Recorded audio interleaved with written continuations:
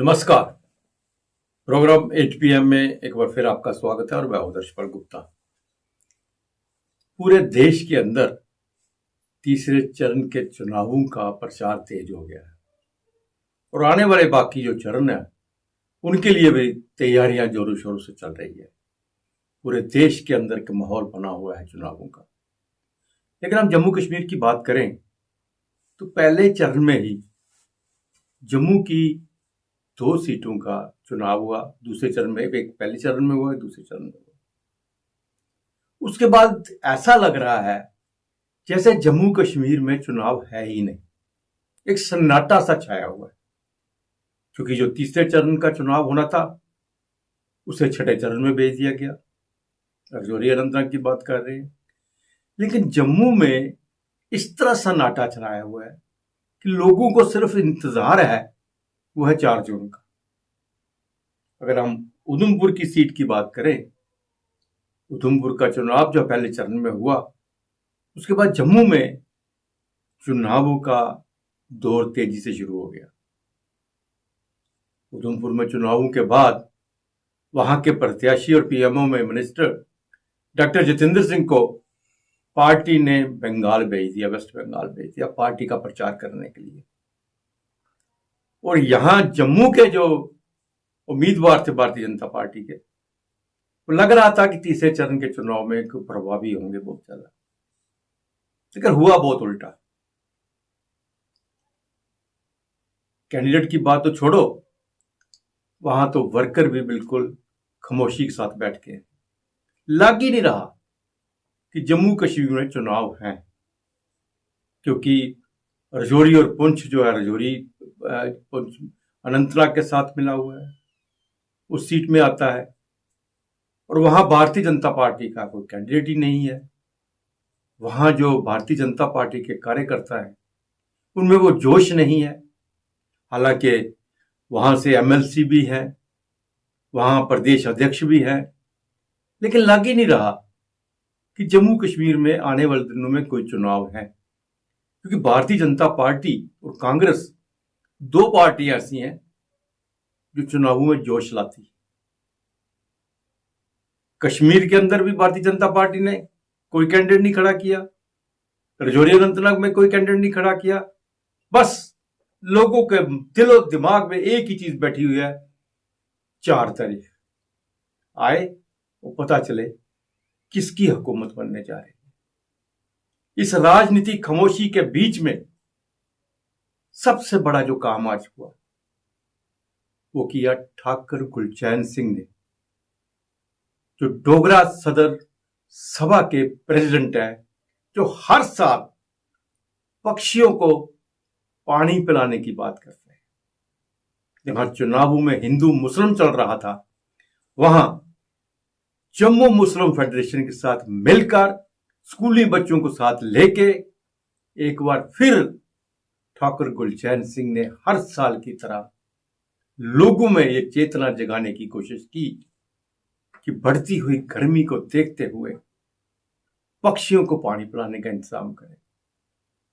क्योंकि जब गर्मी बढ़ती है, पक्षियों को पानी नहीं मिलता, तड़प तड़प के वो अपनी जान दे देते हैं। उन्होंने बहुत से वो मटके छोटे होते हैं, वो भी लोगों में बांटे ताकि अपने घर की छतों पे रखें, वृक्षों पे लटकाएं, उनमें पानी डालें। हर रोज कम से कम अपना खाना खाने से पहले एक बार तो ये जरूर देख लें कि वह आपके छत पे जो मटका पड़ा है उसमें पानी है या नहीं, ताकि आने वाली भीषण गर्मी के साथ किसी पक्षी की मौत ना हो।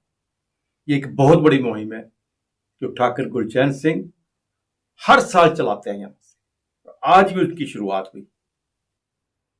अब एक और खबर के साथ बात करते हैं। आज कांग्रेस में, कांग्रेस के बैनर के तले एक प्रेस कॉन्फ्रेंस की गई, जिसमें इंजीनियर किरण वातल जो कमिश्नर थे, म्युनिसिपल कमिश्नर थे, जिन्हें Asian championship, gymnastic international championship के लिए उन्हें मॉस्को भेजा गया है, ताशकंद में है इस वक्त, उन्हें इंचार्ज बनाया गया है, हेड बना के भेजा गया है। उनके ऊपर भी आज आरोप लगे कि उन्होंने, सरकार ने एक भ्रष्ट आदमी को, जिनके ऊपर भ्रष्टाचारी के बहुत आरोप लगे हुए हैं, उसे जिम्नास्टिक फेडरेशन का हेड बना के क्यों भेजा है। ये ब्रिजभूषण की तरह उनके ऊपर भी आरोप लगाए गए। एक तरफ जब कुश्ती संघ में उनके ऊपर आरोप लगे थे तो उनको फिर उनके भाई बेटे को टिकट दे दी गई। ऐसी आधार पे कुछ आरोप लगाए कि किरण वातल को फेडरेशन का हेड बना के क्यों भेजाया, जबकि उनके ऊपर करप्शन के आरोप लगे हुए। हमारी किरण वातल से बात हुई। किरण वातल ताशकंद में है। हमने ताशकंद में उनसे बात की, क्या कारण है जो आप पे आरोप लगाए जा रहे हैं, इसके बारे में आपने क्या कहना है। तो उन्होंने कहा कि मेरे और मेरे चरित्र के ऊपर गलत आरोप लगाए जा रहे हैं। किसी भी आरोप मेरे ऊपर सिद्ध नहीं हुआ आज तक। रही बात एशियन चैंपियनशिप के लिए जिम्नास्टिक की, जो फेडरेशन है, और इस फेडरेशन का मैं जम्मू कश्मीर का चेयरमैन हूं और वाइस प्रेसिडेंट हूं ऑल इंडिया का। और मैंने जिम्नास्टिक फेडरेशन के लिए जम्मू के अंदर इतना काम किया है कि उसे अंतरराष्ट्रीय स्तर पर मैंने पहुंचाया है। और मुझे किसी सरकार ने नहीं, फेडरेशन ने वहां से डेलीगेशन का हेड बना के यहां भेजा है। इससे पहले भी मैं जब भी यहां कहीं गया हूं, हमारे बच्चे, उन्होंने जम्मू का नाम रोशन किया है। और अब भी ये इंटरनेशनल जो जिम्नास्टिक जो है, वहां से जम्मू का नाम रोशन करके वापस आएंगे। तो आइए अब नजर डालते हैं आज के समाचार। सुरक्षा बलों ने शुक्रवार को उत्तरी कश्मीर के बांडीपुरा में आतंकी ठिकानों से हथियार व अन्य सामान बरामद किया है। जिस जगह ये आतंकी ठिकाना मिला है, वहां से लगभग 10 किलोमीटर की दूरी पर 24 अप्रैल को आतंकियों के साथ मुठभेड़ में 2 सुरक्षाकर्मी घायल हुए थे। मुठभेड़ के दौरान आतंकी घेराबंदी तोड़कर भागने में कामयाब रहे। आतंकियों की सूचना पर सेना की 13 आरआर और सीआरपीएफ की 3री वाहिनी के जवानों के साथ मिलकर पुलिस ने अरागाम के ऊपरी हिस्सों में स्थित चांगली इलाकों की तलाशी अभियान चलाया। तलाशी के दौरान जवानों ने एक जगह चट्टानों के बीच बने आतंकी ठिकानों का पता लगाया। जवानों ने इस ठिकाने से 2 एसॉल्ट राइफलें, 4 मैगजीन, 150 कारतूस, 1 जोड़ी जूते, 1 कंबल, प्लास्टिक की तिरपाल, 1 पिट्ठू बैग बरामद किया। आतंकवादी हो या उसके मददगार या फिर अपराधी या हिस्ट्री शीटर, रामबन जिला में जम्मू कश्मीर पुलिस से बचना मुश्किल होगा। लगातार सुरक्षा उपायों को मजबूत करने की दिशा में प्रयास कर रही जम्मू कश्मीर पुलिस ने रामबन जिला के बनिहाल स्थित नवयुगा टनल पर बने चेकिंग प्लाजा में उन्नत किस्म का AI आधारित फेशियल रिकॉग्निशन सिस्टम स्थापित कर उसे शुरू कर दिया है। आतंकवादियों, OGW, भगोड़े, हिस्ट्री शीटर, चोर और ड्रग तस्करों सहित आपराधिक गतिविधियों में शामिल व्यक्तियों की पहचान करने और उन पर नजर रखने के लिए इसे डिजाइन किया गया है। प्रणाली का कार्यान्वयन सार्वजनिक सुरक्षा सुनिश्चित करने और अपराध से प्रभावी ढंग से निपटने के क्षेत्र की प्रतिबद्धता में एक महत्वपूर्ण कदम है। सुरक्षा उपायों को मजबूत करने की दिशा में ये एक महत्वपूर्ण कदम माना जा रहा है।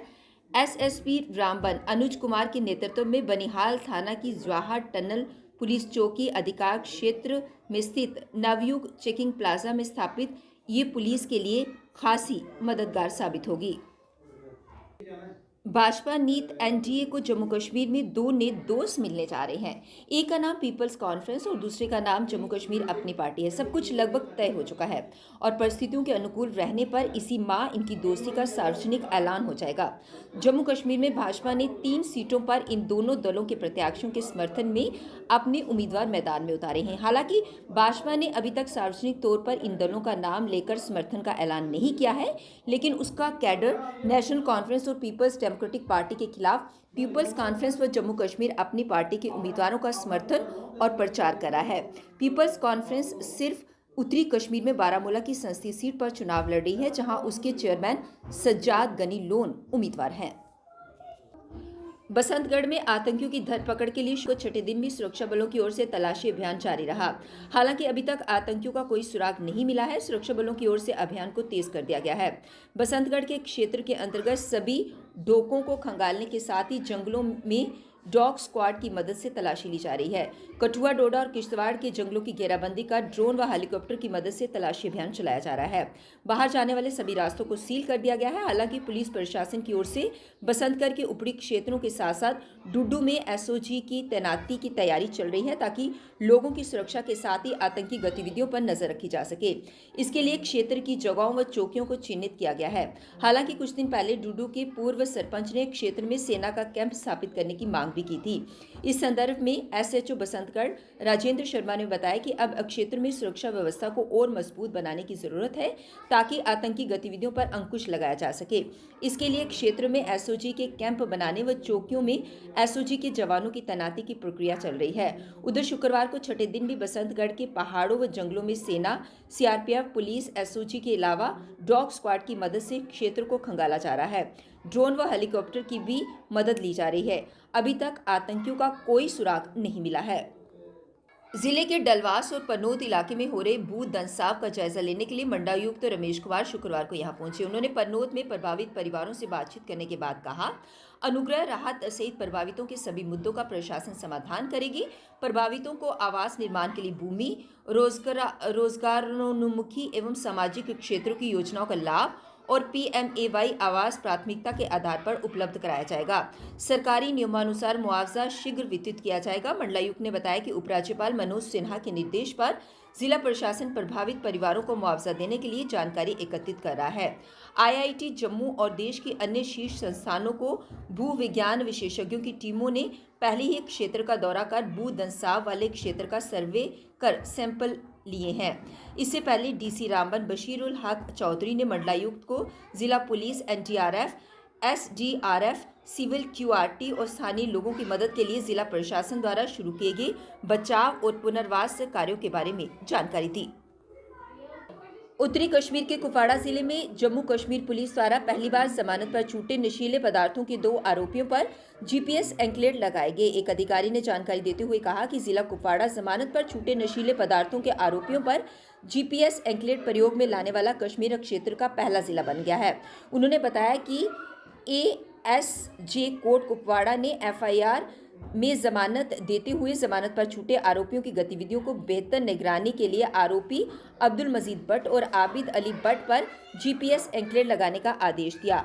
अनुपालन में ASP GM भट्ट, DSP अमीन भट्ट और SHO कुपवाड़ा इंस्पेक्टर इशाक के नेतृत्व में कुपवाड़ा पुलिस टीम ने आरोपियों की कड़ी निगरानी के लिए GPS एंकलेट प्रयोग में लाया है। ये दोनों पर्सन जो है ये केस FIR नंबर 283 2022 का केस है जो कि PS कुपवाड़ा में रजिस्टर हुआ था। इन दोनों पर्सन की अब मॉनिटरिंग जो है वो हम थ्रू GPS बेस्ड जो ट्रैकिंग सिस्टम है उसके थ्रू करेंगे ताकि अब ये दोनों पर्सन जो है बेल आउट हुए हैं और जहां जहां पे भी जाएंगे इनकी हम कंटिन्यूसली सर्वेलेंस रखेंगे। सर, पुलिस की ये जो नया इक्विपमेंट्स आया है GPS एंकलेट, ये क्या है सर? ये एक हाईटेक सर्वेलेंस सिस्टम है जिसमें हम एक्यूज्ड पर्सन्स को एक एंकलेट पहनाते हैं। उस एंकलेट के थ्रू जहां पे भी जाएंगे हम उनकी सर्वेलेंस रख रहे हैं। इस जो कुपवाड़ा पुलिस स्टेशन का ज्यूरिसडिक्शन है, अगर उससे बाहर जाएंगे या डिस्ट्रिक्ट कुपवाड़ा से बाहर जाएंगे, जहां पे भी जाएंगे हम उनकी सर्वेलेंस रख रहे हैं। और अगर ये हमें लगेगा कि इनकी मॉनिटरिंग में हमें ये लगेगा कि इनकी जो एक्टिविटी है वो मध्यरात्रि के दौरान किश्तवाड़ क्षेत्र में अवैध लकड़ी के परिवहन के बारे में इनपुट मिलने के बाद वन मंडल मैरवा ने कर्मचारियों ने भंडारकोट स्थित वन चेकपोस्ट पर नाका लगाया। उन्होंने देवदार सहित विभिन्न प्रकार की लगभग 57 स्लीपरों पर अवैध लकड़ी ले जा रहे एक वाहन को रोका। लकड़ी ले जा रहे वाहन को वन अधिकारियों ने जब्त कर लिया और सारकोट किश्तवाड़ स्थित वन परिसर में स्थानांतरित कर दिया। मारवा वन विभाग द्वारा जब्त की गई लकड़ी के स्रोत और गंतव्य का पता लगाने के लिए संबंधित अधिकारियों द्वारा जांच शुरू कर दी गई है। DFO वन मारवा ने कहा कि जांच प्रारंभिक जांच में है और हम किश्तवाड़ में वन तस्करी के गठजोड़ का पर्दाफाश करने की उम्मीद कर रहे हैं ताकि हरे सोने के नुकसान को रोका जा सके। यहाँ पे हमने नाका लगाया था हमारी भंडारकोट चेक पोस्ट पे और जो हमारे मुलाजिम थे वो रात से ही तैनात थे, रात 11-12 बजे से। और सुबह हमें इसमें सफलता मिली है। कुछ करीब 4:30-5 बजे के करीब हमने गाड़ी को इंटरसेप्ट किया है और उसमें जो नग थे वो हमने जब्त कर लिए हैं। अभी बड़ा ही प्रिलिमिनरी इन्वेस्टिगेशन चल रही है, बड़ी ही शुरुआती दौर पे है।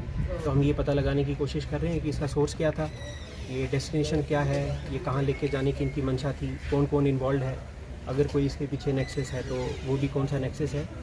और अब ऐसे संगीन मामले में इसमें थोड़ा सा टाइम लगता है ताकि हम सही मायने में जो कल्प्रिट्स हैं उनको बाहर लाएं, क्योंकि ये तो शायद सिर्फ मोहरा हो, इनके पीछे जो है उनका हम सामने लाएंगे चेहरा और इसको तफ्तीश से जांच करके आपको कुछ ही दिनों में एक क्रेडिबल आउटपुट, क्रेडिबल रिज़ल्ट देंगे। और हम पूरी कोशिश करेंगे कि ये एक मिसाल हो, ये डेटरेंट पैदा करे। बाकी इन केस जो भी इन फॉरेस्ट ऑफेंसेस में इन्वॉल्व हैं वो डेटरेंट पैदा हो और वो आगे से ये गलती करने से पहले 100 बार सोचें। कुछ नाम बताना नहीं चाहेंगे क्योंकि बड़ा ही प्रिलिमिनरी इन्वेस्टिगेशन है, बट जो ड्राइवर है गाड़ी का वो हमारे पास है और हम अब इसको प्रोसीड करेंगे ऑथराइज्ड ऑफिसर और जिन भी एप्रोप्रिएट फोरम्स में law will take its own course, तो लॉ के हिसाब से इसमें आगे चलेंगे। ये अभी प्रूव नहीं हुआ है कि ये किस डिवीज़न से आई है और कहाँ जा रही है, ये इसको इन्वेस्टिगेशन कहते हैं और इन्वेस्टिगेशन में यही हम ढूंढने की कोशिश कर रहे हैं कि ये कौन सी डिवीज़न से आई थी, किसने किया है, कहाँ जा रही है। यही एक इन्वेस्टिगेशन का प्रोसेस होता है और उसको करने के बाद ही हम बता पाएंगे कि इसमें कौन इन्वॉल्व है और कौन सी डिवीज़न से आया है। कुछ दिन पूर्व तक लद्दाख में मजबूत नजर आ रहा INDI गठबंधन अब लेह बनाम कारगिल की लड़ाई में उलझता दिख रहा है। इसके साथ ही भाजपा के खिलाफ संयुक्त प्रत्याशी उतारने की रणनीति बिखरती दिख रही है। कांग्रेस उम्मीदवार की घोषणा के साथ ही ये खींचतान और तेज हो गया है। अब कारगिल से नेका नेता हाजी हनीफा जॉन और कांग्रेस नेता काचो मोहम्मद फिरोज ने निर्दलीय चुनाव मैदान में उतारकर गठबंधन की मुश्किलें और बढ़ा दी हैं। यहाँ बता दें कि लद्दाख सीट पर नेका ने कांग्रेस के समर्थन की घोषणा की है। PDP भी प्रत्याशी नहीं उतार रही। भाजपा सांसद के खिलाफ स्थानीय संगठनों की नाराजगी के कारण इस सीट पर गठबंधन को मजबूत माना जा रहा था। बाहुफोर्ट के लोगों की परेशानियां दिन ब दिन बढ़ती जा रही हैं। स्मार्ट सिटी की बात करते हैं, लेकिन बाहुफोर्ट के लोगों का कहना ये है कि वहाँ जो नालियां हैं उसमें इतना ज़्यादा गंद है क्योंकि वो पूरी तरह से कवर नहीं है और जो उनका कूड़ा करकट है वो उनके घरों तक आ रहा है। इससे बीमारियां फैलने का भी डर रहेगा और इससे उन्हें काफ़ी दिक्कतों का सामना करना पड़ रहा है।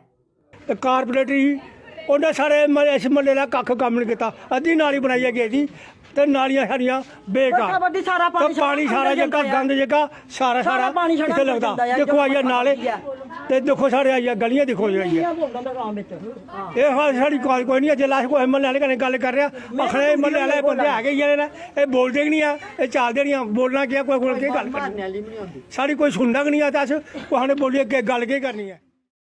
सोमवार फिर आपसे भेंट होगी, तब तक इजाजत दीजिए। नमस्कार।